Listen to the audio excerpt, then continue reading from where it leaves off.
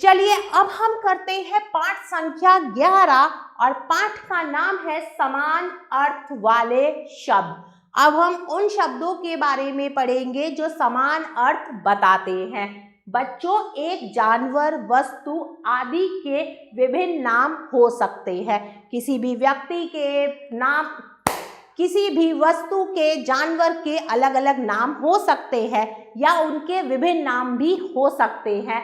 ऐसे शब्दों को समानार्थी या पर्यायवाची शब्द कहते हैं। क्या कहते हैं?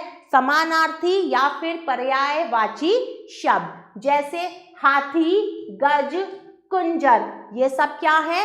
हाथी के ही नाम है। सूरज, सूरज को हम रवि भी कहते हैं, सूर्य भी कहते हैं।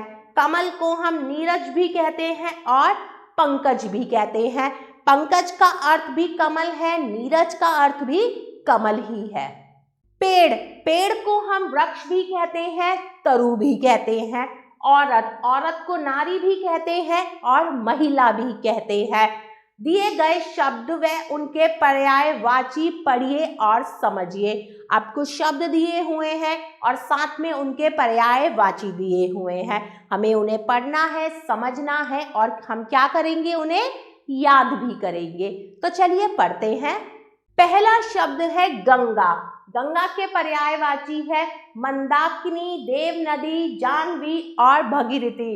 पृथ्वी, पृथ्वी को भू, धरा, धरती, वसुधा, भूमि भी कहा जाता है। बादल, वारिद, जलद, नधन, नीरद। हाथी, गज, करी, हंस, कुंजर। घोड़ा, घोड़ा को हम अश्व, तुरंग, घोटक, बजी भी कहते हैं। तालाब, तड़ांग, सरोवर, सल, जलाशय आदि। अगला शब्द है पक्षी और पक्षी के पर्यायवाची है खग, पखेरु, द्विज, चिड़िया। प्यारे बच्चों, बाकी के शब्द और उनके पर्यायवाची आप स्वयं पढ़ेंगे और उन्हें अच्छे से याद भी करेंगे। तो चलिए बच्चों, अब हम कुछ अभ्यास कार्य करेंगे। सबसे पहले हम प्रश्न संख्या 2 करेंगे। सही विकल्प पर सही का चिन्ह लगाइए।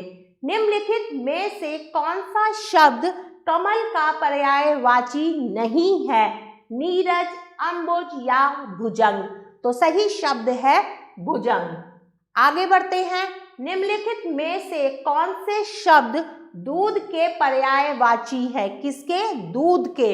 धृत, दधि, अनल, पावक, दुग्ध या क्षीर। तो सही शब्द है दुग्ध और क्षीर। निम्नलिखित में से कौन से शब्द घोड़ा के पर्यायवाची है? अश्व, तुरंग, शशि, चंद्र, वारी या नीर। तो सही विकल्प है विकल्प 1, अश्व, तुरंग। तो चलिए अब हम करेंगे प्रश्न संख्या 3। निम्नलिखित शब्दों के 3 पर्यायवाची लिखिए। अब कुछ शब्द दिए हुए हैं, हमें उनके 3 पर्यायवाची लिखने हैं। तो कुछ शब्दों के पर्यायवाची मैंने लिख दिए हैं, चलिए समझाती हूँ। सबसे पहला शब्द है राजा। राजा को नृप, नरेश, सम्राट भी कहा जाता है। तलवार, अस्त्र, खड़ग, प्रशु। चांद, चांद को हम चंद्र भी कहते हैं, चंद्रमा भी कहते हैं और राकेश भी कहते हैं। बाकी के शब्दों के पर्यायवाची आप स्वयं लिखेंगे। चलिए अब हम करेंगे प्रश्न संख्या 4। पर्यायवाची शब्दों के जोड़े बनाइए। अब हमें पर्यायवाची शब्दों के जोड़े बनाने हैं। पानी, पानी को हम जल भी कहते हैं। हवा, हवा को वायु भी कहा जाता है। पृथ्वी, पृथ्वी को धरा, आकाश को नभ, आग को अग्नि भी कहा जाता है। मेरे प्यारे बच्चों, आशा करती हूँ आपको यह पाठ अच्छे से समझ आया होगा। हम पुनः फिर मिलेंगे एक नए पाठ के साथ। तब तक के लिए आभार।